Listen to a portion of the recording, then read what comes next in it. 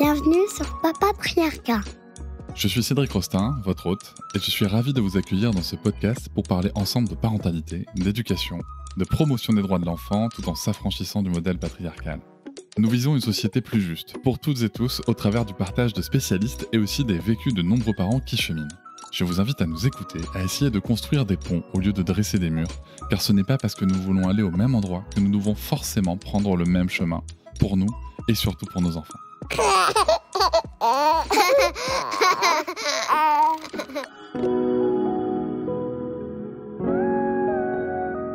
Salut Audrey. Salut Cédric. Je suis ravi de te recevoir pour cette capsule de l'été aujourd'hui. On va se parler d'un sujet tellement important. En plus, moi, tu vois, qui ai des enfants métis, j'entends dire plein de choses. Soleil et enfants, comment les protéger sans paniquer. Quels sont les risques réels du soleil, peut-être selon l'âge? Comment adapter la protection solaire aux différents moments de la journée? Est-ce qu'il y a vraiment des horaires à éviter peut-être? Faut-il éviter totalement l'exposition ou est-ce qu'on peut trouver un équilibre? Déjà, premier élément que je vais te transmettre, c'est qu'on protège toutes les peaux. Même les peaux foncées, on les protège. C'est-à-dire que c'est pas parce qu'un enfant a la peau foncée qu'on va moins le protéger. Il a tout autant besoin de protection que les enfants qui sont très clairs de peau.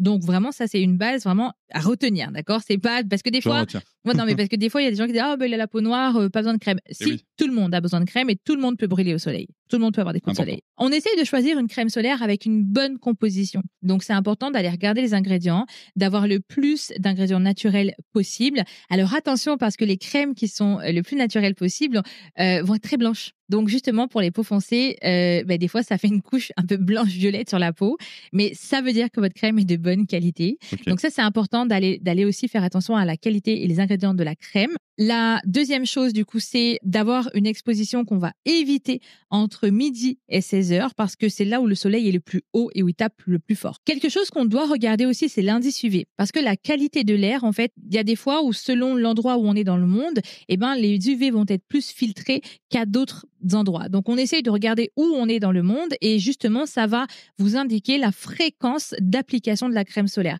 Donc moins il y a de filtres UV, plus je vais aller remettre de la crème solaire. En général, c'est toutes les 2 à 3 heures qu'on essaye de renouveler l'application de la crème solaire. Souvent après qu'ils se soient baignés. C'est pas, il y a beaucoup de gens qui aujourd'hui, il y a un gros mouvement un petit peu anti-crème solaire.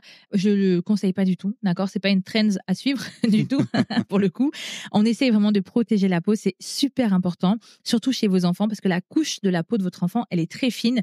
Donc en fait, les UV, ils peuvent vraiment faire très très mal aux enfants et parfois même brûler la peau de vos enfants. Donc pour éviter les accidents, on respecte vraiment les règles de sécurité et pour prévenir la santé globale de vos enfants, on fait attention à ce qu'il y a dans la crème solaire pour pas mettre n'importe quoi sur la peau de vos enfants. Les combinaisons aussi peut-être solaires. Moi je sais que tu vois par exemple mes enfants, en tout cas ma grande, là elle vient de commencer à mettre des maillots de bain autres qu'une combinaison intégrale à 6 ans quoi. C'est quelque chose aussi qu'on peut utiliser. Encore une fois, c'est plus la peau. Moi, j'ai fait chez les enfants qui sont très clairs de peau, vraiment clair de peau, c'est hyper intéressant. C'est intéressant chez tous les enfants, mais souvent, on va essayer de les bébés aussi, d'accord, les moins de 6 mois, combinaisons, etc.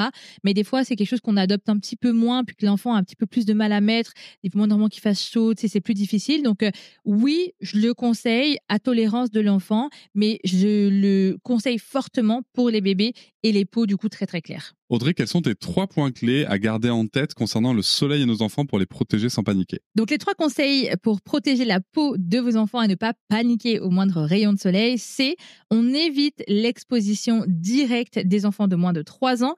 On protège beaucoup les enfants de moins de 6 mois et donc on fait très attention à l'exposition. On essaye de respecter des horaires. On évite les pics d'UV entre midi et 16h, mais on n'a pas peur du soleil parce que le soleil, je vous le rappelle, permet de synthétiser la vitamine D. Donc 15-20 minutes d'exposition par jour serait vraiment génial pour vos enfants. Maintenant, si vous habitez un pays chaud, que vous êtes en plein soleil tout le temps, adaptez vos journées pour éviter l'exposition maximale de vos enfants. Allez à la plage plus tard, par exemple 16-17h le matin et entre midi et 16h, faites la sieste, vous êtes à l'appartement ou là où vous logez et vous choisissez la crème solaire avec les bons ingrédients à l'intérieur qu'on vous mettra en description. Merci beaucoup Audrey. De rien. Je vous remercie de m'avoir écouté. Je vous invite à vous abonner au podcast sur votre plateforme préférée et à me retrouver sur Instagram, TikTok, Facebook et sur le blog papatriarcat.fr. À bientôt.